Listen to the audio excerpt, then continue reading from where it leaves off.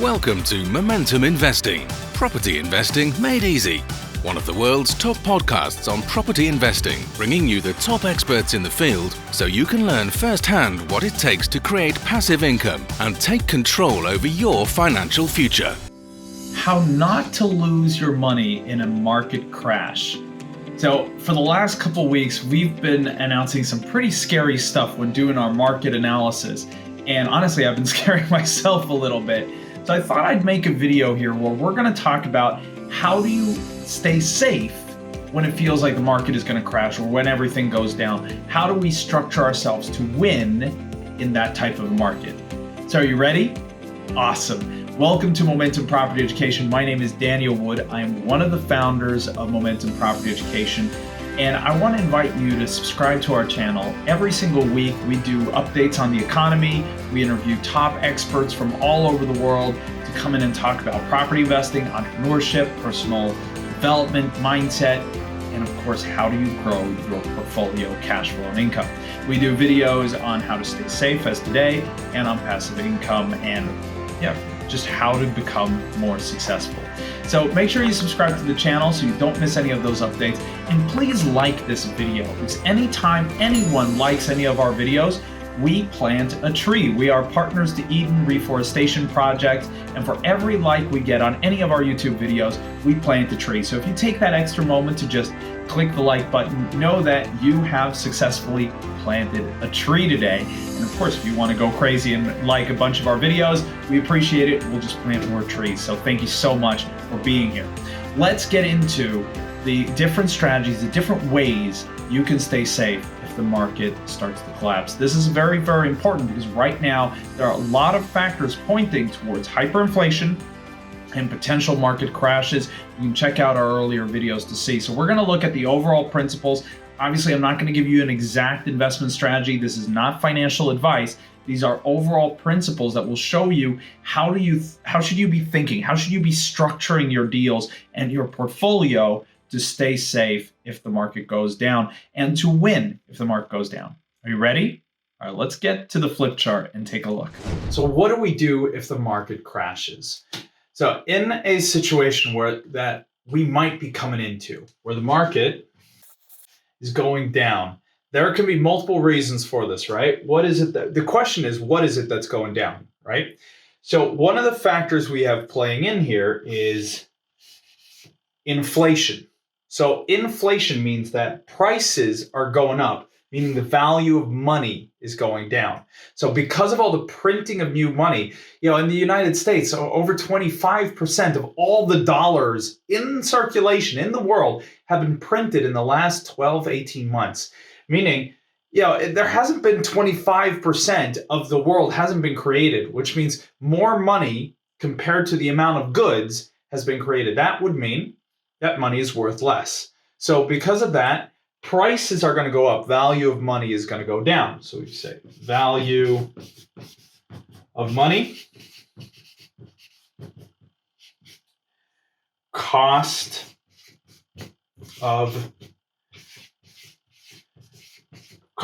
goods. Okay? So simple enough, right? Simple enough. If the value of money is going down, the cost of goods is going up. What do we want to do then? Well, in that case, all we would do is we take all of our money, all of our spare cash, and buy as much stuff as possible, right? Buy companies, buy properties, buy cryptocurrencies, just buy things that can go up in value. But that isn't the whole story, is it? Because in a market crash where something like this would happen, where inflation starts running away, what does that do to people? Well, that means that they can't afford to pay for their houses. They can't afford to pay for stuff anymore. That means that the amount of transactions in society goes down. And what does that do to companies if they can't sell their goods? Even though the price of goods are going up, what does that do? Well, that means they start getting into trouble. It means they start going out of business. That means their value starts going down. So this could be the value of companies could go down. So now we're talking about value of money going down, but also the value of companies going down. And now we're talking a big problem, because now if the value of companies go down, that means that investors are losing money as well, business owners are losing money as well as the employees who are losing from the increasing cost of goods.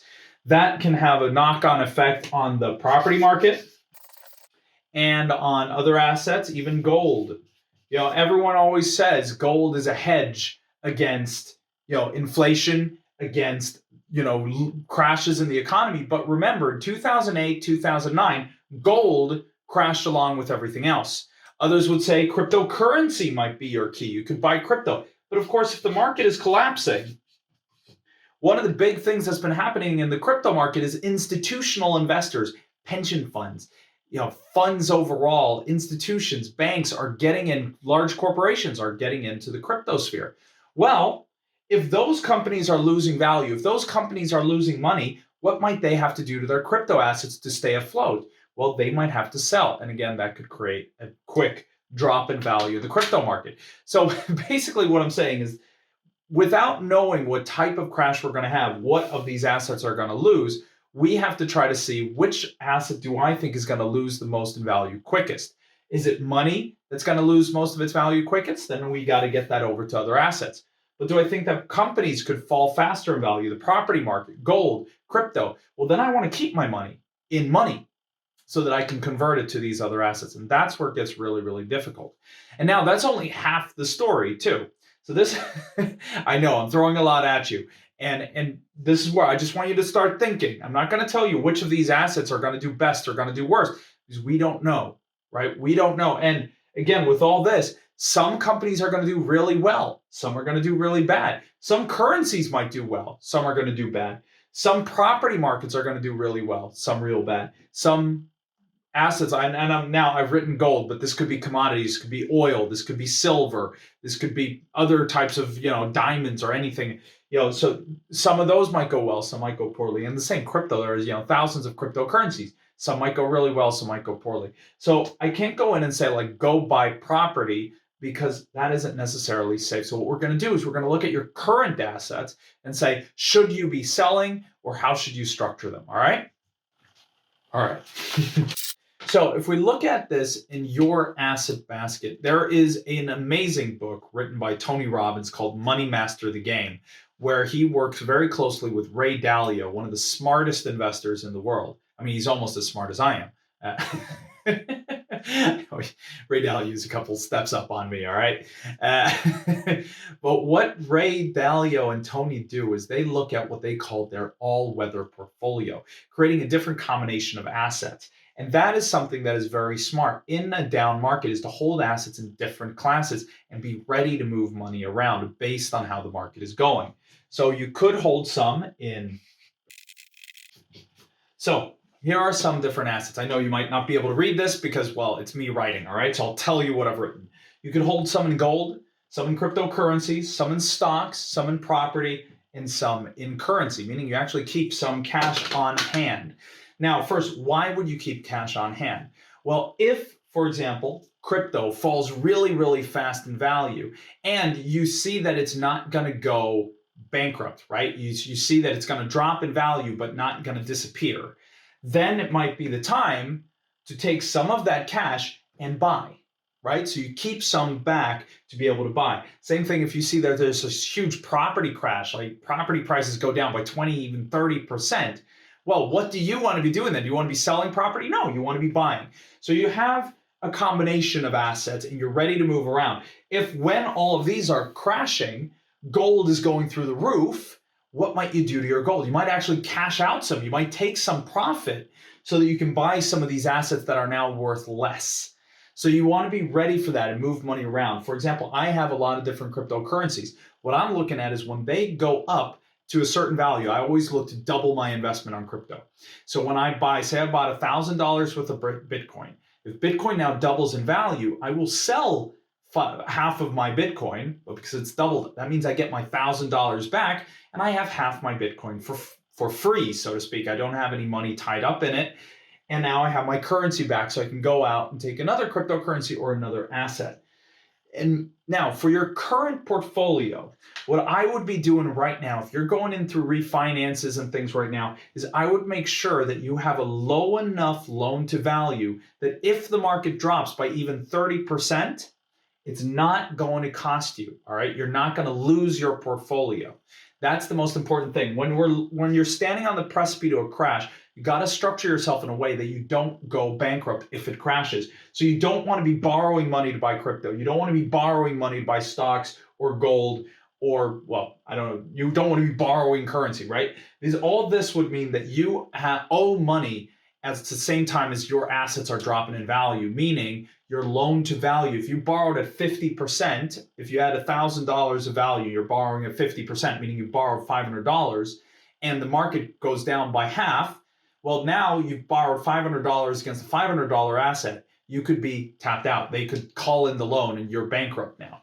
So I would not be borrowing right now to get into the market. I would be very, very careful about taking on debt, which is actually the third rule of Warren Buffett's investment strategy. Don't take on debt. Now, property investing is different. We do like debt in property, but right now you want to be lower in your debt. I would say 60, 65% at most, rather than what we often use is 75% loan to value. So we got to be a lot more careful. Then we keep our eyes open. Yeah, I'm saying like right now. Then we keep our eyes open because inflation can be amazing for the property market. That means the property market could go up through the roof because it's an inflationary asset. You know, when cost of goods goes up, property is one of those goods that go up. So we could be in really, really good shape, which means we can then refinance later. But you got to be smart about this, all right? So what I'm saying right now is make sure you get in. You got to get some assets, right? You pick a couple of these that you can learn about, right? Or at least one of these that you can learn about and acquire some assets, but keep some cash on hand if we get a big crash so you're ready. But don't keep all of it in cash because inflation does mean that money goes down in value. So that is going to happen. I am 99% sure your money is going to go down in value. The question is if these other ones will take a quicker drop because money is not going to drop by 30% in a week, which crypto, stocks, even sometimes the property market could do. So we got to be smart about this. So that is where we're standing right now. Spread your risks, spread your assets, understand them though. Don't just throw yourself in because I mentioned Bitcoin.